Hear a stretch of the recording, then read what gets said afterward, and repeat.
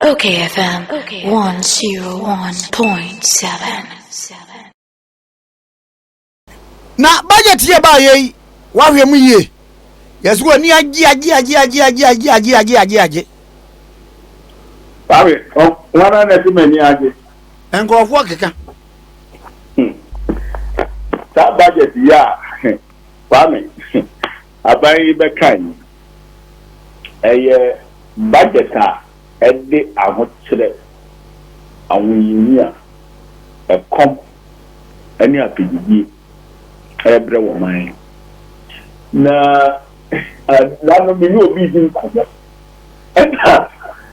Oze na adena omuma oteche menza buju kan budget no na me si o bia eniema wo mudi budget no mo hwe mo oteche menza buju ani betimi akai because clearly Lawrence Ade budget budget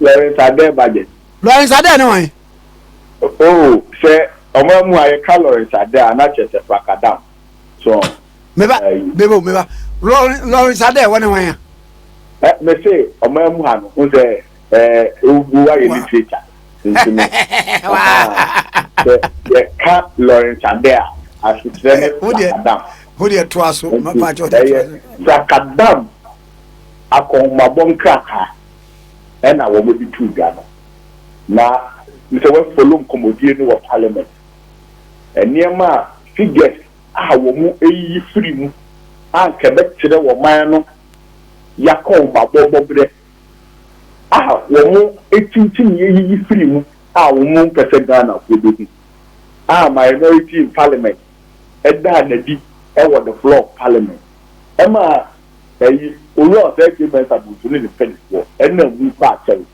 so omo budget we nko na ya approve o man ni be cost down in na 2024 na nyema na omo yi primo 2022 nyema na omo yi primo no omo di ache na e ba ne sen ena wo man ye won hihye ye ye de ye budget se you wa unko university no wa secondary school na wo fia accounting kra uni se budget no so wo ya wo hwe wakon mabo insemi na usika ubenya revenue ene ne waye waje cha ube spend spend na wo wie no so awasa hwe emre bi etwemu no wakon mabo sem ne ko sen o revenue net sen na kana o se kwan bench na kwan ben de betimi impact wakon mabo bisia na anase wakon mabo kraka na wo ye no for 2021 enti say at this level na aban won na say they have the men or have been na sa simple assignment you won't you don't deserve to be in that kwame carry me say o budget na wo mo di batu Ghana wo mo di budget ni na ekojina COVID-19 so COVID-19 say economy no COVID-19 ama economy na ho ndey ko fo COVID-19 ayesi COVID-19 so o hwe enkrate ni pa na o hwe data na wo mo present here na wo be who clearly say COVID-19 enye hwigu. In fact, COVID-19 mre the car wo man enyaye. Ene sika say wo COVID-19. Eye kiti ni say wo COVID-19. In fact, wo share your budget na e ba 2020. Ena supplementary budget a review of your targets ne niema 2020 2022 mu on. Na ohwe the outings yenyaye ewo at the end of 2020 you realize that one revenue ekosoro ewo baby bebre tax revenue tax revenue non-oil non-tax revenue a cost 9.7% above the review target. I'm telling you, 9.7% above the review target. Into review, May after COVID, air coupon. Then we had non-oil, non-tax revenue, a cost by 9.7% of target. Non-oil tax revenue, a cost by 4.5% of target. You can't non-oil tax revenue or revenue. You can't tax a poor and for oil and no cost 4.5% of target. So non-oil, non-tax, no, Sika yet statutory charges for Niyama Yepia. And no, oil. And then also, and so I said that yet, and no, I can't say cost 9.7%. And a grant, actually, the car, yet the change, and no cost above target 0.4%. It took a budget in a year. And who sick at some pan, not here, and Kibinya near the COVID-19, and I said, yet they are running COVID-19 economy. Echo up aggregate by almost 14% beyond target. By almost 14%. It's table 9, page 28 of the budget are on that in February. It is here we put one hour they bad up from 19. Of course, wow target. And look what I'm saying. What could be Sika every IMF or Mama 5 $1 billion. $1 billion more. Who calculate your Ghana ticket, best 5.7 billion Ghana. Stabilization fund, EFLA, any other local sources, almost $5 billion Ghana, which is about $1 billion. The token in from the surface, the crowd share revenue this hour near money. When you about 10 to 11 billion, would they be for COVID-19? After me, I sure say after budget, you know, COVID-19 for on budget now, almost uniform budget and that's almost trail. Okay, cash 20 in Abuma, and just 1.3 billion per day. The Kanaka, yet the day, a fine. A ban saying, and yes, I'm your wing in TV, your budget deficit, acquire 11.7% of GDP. About saying, in fact, figures now, or say, Chairman Sabus, a free budget in Numa, what kind India, and no money yet for Kadam, and no money yet inside their budget. So, we can in my budget deficit today, a cover to 17%. It's one among that. It's just a wire cut, I say. Somebody be that and look crap on Casano the out them it's bad poor performance. It's so share your performance in 2020 you cannot attribute it to COVID-19. What do you mean say ya bomb day because COVID-19 and only maybe any natural Debbie you cannot say that. Now, I look at that China. Kwame, yes, a choir, a car, yabo, apu, free 2017, ABC 2020. A car, yabo, apu, any choir, yafa to a managika. Ye free at them. Na a car in the whole bring chroma time. A babuzia, a bear champion. Eba Rolex, Eba the chief president Kufuor, Eba Yabapa Professor J.E. Mills, Eba President Muhammad, 122 billion. 122 billion, and you see hospital for 70% rich. So 122 billion, and ye circle interchange. So 122 billion and ye a Twabo gas power plant. Ah, Twabo gas power plant, and no, and to buy the natural gas, Emma power plant. Nina, Ghana, and same work, and before car power, moon, change the aqua card into my idea, and more than more. A brass power measure, your mom to buy it. That can one, yet that power buy it. That can one, yet the American buyer. That a can one, and yes, so will energy challenges and by producing in excess. That can one, and you see hospitals, I will go for fair University of Ghana Medical School, Bank of Ghana Hospital, and hospitals for fair, I will be a President Akufo-Addo 2017, ABC 2020. At the Kano Accord, 296 billion. 296 billion. That is 296 billion. President Akufo-Addo over 166 billion Ghana cedis account. Say 122 billion or the 166 billion another account. Now, when you need to make a MP before or Mukase Shasura, what they are so you were in for.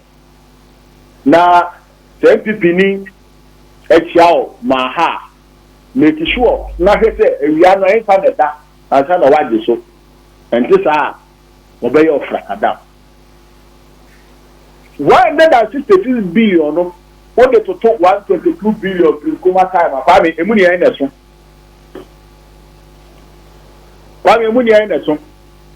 Me too. And you want to take billion. Aye. One mark for your calculation, he said, your friend be debt accumulation rate. Acquire, Bobbiano, debt accumulation rate, 2017, basically, nobody wants to take this billion account. One would be the slower. Into no moon call your crime, your moon, mathematics, you will be a friend division. Not a division, you will be a friend whom data any denominator. Near your class 1 math, actually, anything. So, we denominator, say, it's a. Who say, or results now product, a bear year. A brow will denominator every now, now, we product and also a yaketwa. So at the simple mathematics. Now, parents, say, we share a car, you got 122 billion. Now, we get the base denominator. Now, we share that 296 billion ya of my boya. A muno 156 billion of America.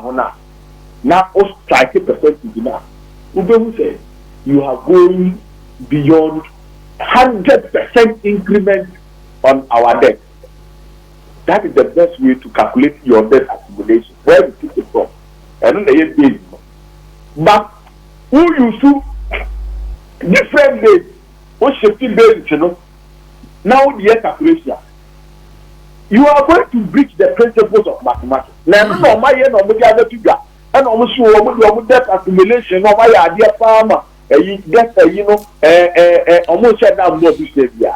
That 296 billion, a year about 76% of GDP. I see. 76%. Every see that. Not just a woman, young one thing. You do my year, you Japadia, you win. Okabuma, you have the cat, a moo or her and chemu, and your son. 76%. Okay. Let's tell your man so we don't exist. You could say almost 0.5 billion. You could say ya form my money a job at the end and your couple months I then they catch a job at the end. Never they catch a job at the end. Siciano, quiet. Young share a quiet I have passed 1 minute a catch to be I have what to pay. Yeah, about wherever I am managing. Wosha Wamano Ekano any interest in any man yet ya and I say or a canon catano. wo hwe ne bobrea wo be hu say emu 48.6%. Parity ni yo. O han chemu aduanan enwotwe etire ponsia 48% efiri amanone. Eti sa kan ye ko efiri amanone ye ko bo sa bi tian efiri amanone. Ena emu aduonum eba ko etire po 61.6% eye domestic debt. Say over economics ma we clear case of crowding out. It's no say o man na o person o man ni grow usually no o employ policy expansionary policy. Expansionary policy mean say who pay economy no ama economy na to be fast etimi abuild ayekese say dey be ya obenya esom faso. Now so no say o pay economy no fast wa eye timamufo ene wo mamufo wo mo awodeni o mo dwuma ya wo mo beye ene this are expansionary eyi de beba it is a company say wa bo besia sa ama wo besia na wa bo na wo omanu mu a na chese local banks sika ko mo betumi di ama manfo ama businesses na expand. Ama business net me productive. Now ama business is net return. Ama omatimi create jobs. Ama omatimi taxes. Ama revenue na kosodo no. First kana anko mu benya na no na aban no etwe na sabiu wadi etwa na no. No serious economy would advise say you borrow this level in your economy. Baby.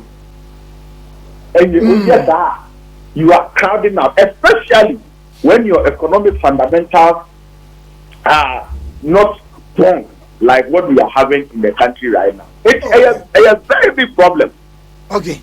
So already COVID anyway. What I so be close to financial institutions, so your financial cleanup. Companies be small financial institutions over 300. Banks are yeah. Better tools and come on. Car banks, amount for the bro over 100,000 SPA. One more not one business is depending on our financial institutions when human. Now we are what's up, Bobesia?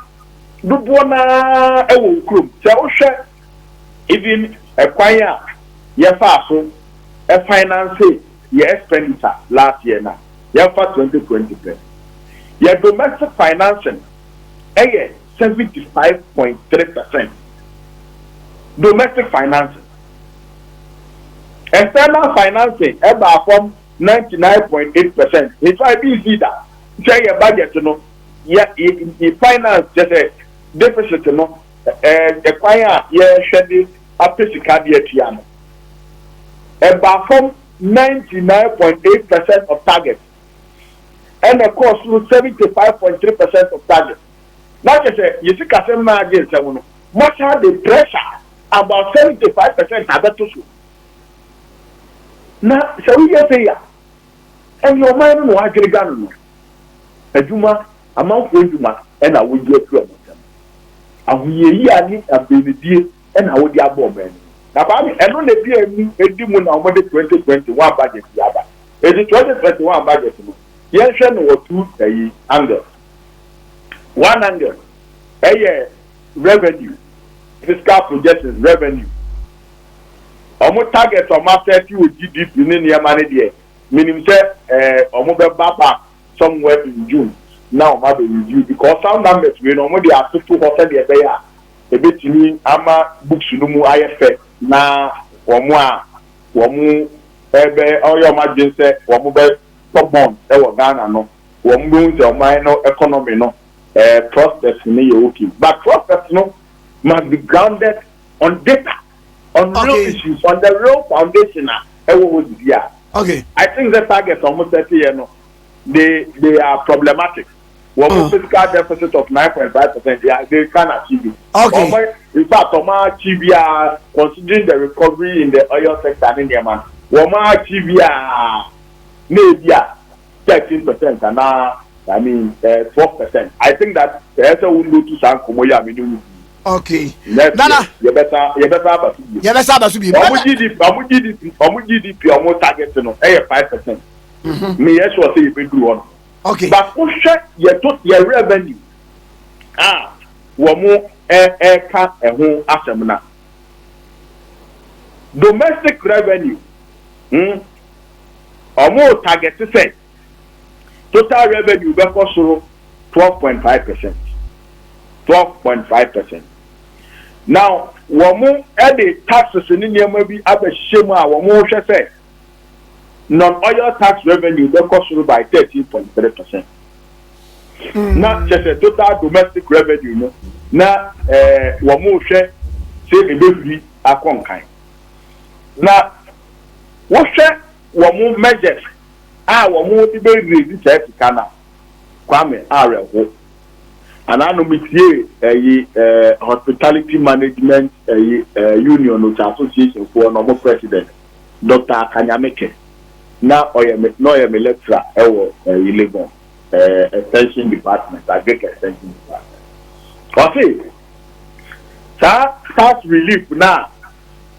President Kufuor said what the amount 30% tax rebate a fracan down. Now dada na said you in previous say what pedia won fa nada and said you company will be a crew already ya A2 no pepper you be crew now complete you can 30% tax rebate now for tourism industry here. We are very unique in nature. In the modern, say when you move the now person more akwenya and answer and you may be a more wine or more. We share more input cost. Your different input cost and your output cost. So I can say now. So person more high or more. I will cover the minimum a black customers in the hall. This year amount for and for hotels because amount for yet gathering. It's in the tourism and entertainment, tourism industry, they are suffering from income. It's income they craving back. Meanwhile, almost input cost is growing. You see, fuel based on this budget, any taxes are buying the abano. What they bear says, taxes bear 30%. And I bet so I'm up to the cost 5.7.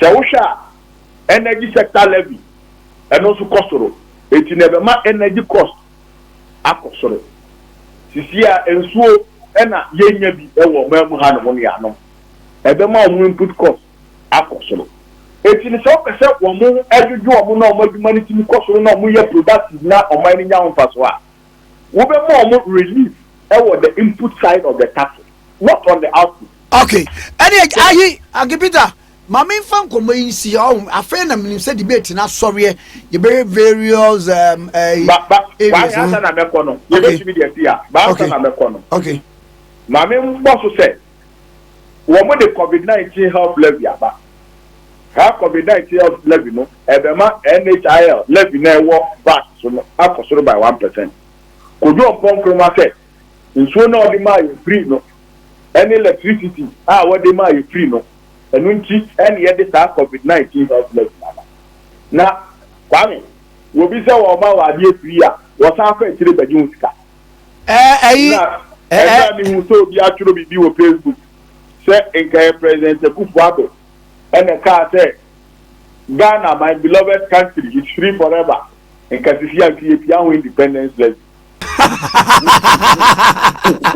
Debio mini Peter Bome akwaya se kane kumase wo gay woni boy mu apie o chinchinga no age ama na wo we wo yi bi ama o eduwa se mi enko via aso mi enko bo bu kwa no no so babe eti eno ewo ho ena sanitation and pollution levy eno ena omo friend no bolata already sanitation tax wo ho dada o yege ɛna president Akufo-Addo asafa kweti kwaso ɛde sanitation pollution levy aba abɛsɛm na ɛno no ne beebi ɔde kɔsɛ yɛ petrol na yɛ nyinaa yɛtɔ bi ade bi a yɛsi ho driver for driver union for any GPRT for twa mo adwajo na ɛne wɔn fa kweti kwaso de bɔɔla levy na akɔto petrol so anɔpɛ yi wohwɛ ɛyi sɛ ɛyɛ 5 series 45 pesos ɛkɔ 560 pesos so now I think that is not enough. Wasa the another energy sector recovery levy ɛso ha bɛ to petrol ni so biem na ne nyinaa no ni beebi ɔde kɔhyɛ ɛtoɔ bi a yɛfrɛ no esla ɛtoɔ na president Akufo-Addo ɛne Bawumia describe it as nuisance tax ɛbra na president Mahama wa abɛn mu na saa ɛtoɔ no ɛyɛ yɛfrɛ no temporary tax eti ɛyɛ a 5 years ɛsɛ ɔkapo saa ɛtoɔ no firi hɔ because ne ɛyɛ energy sector levy ne yɛ yi ɛka bi afiri hɔ sika aba saa ɛtoɔ ɛyi ɛfotoɔ no mu no wɔn calculate sika na ɛwɔ hɔ nom na nka efie yi na president Akufo-Addo baayɛ no 5 years no nkesi ɛyi afi yɛ etwa mu sɛ afi wei mu wɔde saa ɛsla no akɔyɛ akɔsi awa akɔgye ɛyi loan a saa loan no yɛde 10 years na ɛba abɛtua eti nneɛma mu ne sɛ president Akufo-Addo nyɛ n'adwe sɛ ɛsla no wɔbɛyi afi hɔ na mmom no wakɔgye loan a ɛsɛnde 10 years na kyɛ sɛ ɔbɛsɛnde ɛsla no ɔsɛ ɛyi nuisance tax na ɔno ɔba a wɔbɛtwam in fact ne campaign promise sɛ ɔba wɔbɛtwam eti wobɛka 2017 wɔntwam na ɛyɛ Ghana kɔ bebree nwanwa ɛna sisi a wasade akosi awa agye 10 years that is ɔbɛsɛnde another 5 years. Okay, but that's you. That is not enough for me. What do you run up for me? Now the military ya. Sa bola tax ni energy sector recovery ya almost say you produce excess or energy sector ntino wo mu ntimi fa ya fe enu ntino wo mu de sa eto ya ba ni ntwia ni na wo mu de agugu sa esla we na fa me asa na mekono sa energy sector ya almost ya produce excess na ya fa nya hwe sabi o wo mu so ya wo mu tu wo mu say GW abagana wo mu tu wo mu say nizam fo abagana wo mu tu wo mu say o mu na o ma start manufacture car Ghana so wo ni energy a tell them ma anya sa energy investment ya kai fa no ko ni energy ni dia be manufacture ni tia wo mu ba ni say ye nya excess energy sa energy no wo mu betimi dia ya aduma eno kra ye jama mu ntimi e manage dum so na asa be yo and now better point just this whole life and now going to prep mun to be managing energy sector ya jama mu meanwhile we are producing in excess. So what kind of clueless incompetent government is President Akufo-Addo running? Madam Sanobe we be able to now say or yeah analysis say oh we are breaking the age for the government near breaking near what breaking e wo mamu ha Ghana yesi kasem e no mo breaking Ghana ye nkoso e no mo breaking Ghana ye yie e no mo breaking ba 8 million la lai ugo breaking 8 Mate Medase Agibi Medase Bibia ni ebesa kasa Owura Peter Boama Otuku no Deputy General Secretary of the NDC ni na atwen komo a long one indeed. Okay FM 101.7